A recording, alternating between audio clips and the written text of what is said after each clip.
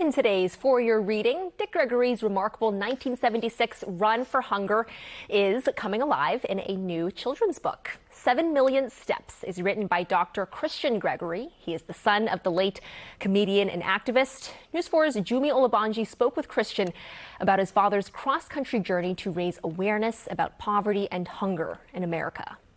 Thank you so much for coming in. Thank you. Oh my goodness. You know, so many people know the name Dick Gregory. Black history for sure, and everything he did. Why did you want to tell your father's journey, his story with this walk, in this book, in this way?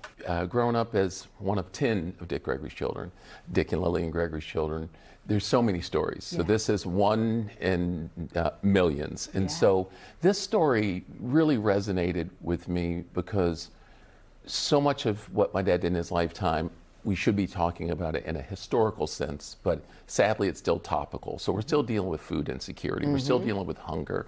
We've recently seen, and I look through so many things in a non-political lens, we're dealing with SNAP under attack. And these challenges, you know, hunger should not be politicized. And so it seems like the simplest of things to understand that folks should not go to bed at night hungry, especially not children.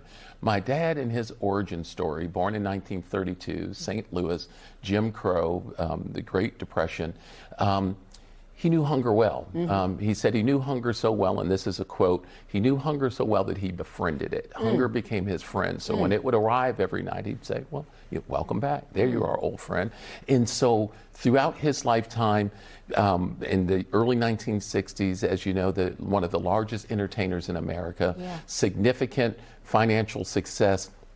In his mind, he always went back to that young child, that young little Richard, and wanted to do something. So he decided in 1976, America was then celebrating 200 years. Now we're 50 years later celebrating 250. And that's part of the reason we decided to do this now, was to tap into America 250 and say, let's celebrate. There's plenty to celebrate, but let's also reach back and make sure we're not leaving anyone left behind. I've done multiple books with HarperCollins. My dad has 16 books, so kind of picking up where he left off. But this is the first children's book, and so we're planting seeds here. I highlight what Dick Gregory did, not as a let's pat him on the back, but to say if he could do this kind of Herculean task, and he had help, it was teamwork. Muhammad Ali joined him for about a quarter of the run out there. So imagine, this is 1976. The interstate's not what it is today. Of course. Sidewalks were not really a mandatory thing, so it was dangerous. So here you have Dick Gregory, one of the largest entertainers in the world, Muhammad Ali, then heavyweight champion, jogging through middle America just on the side of the road. No police escort, no.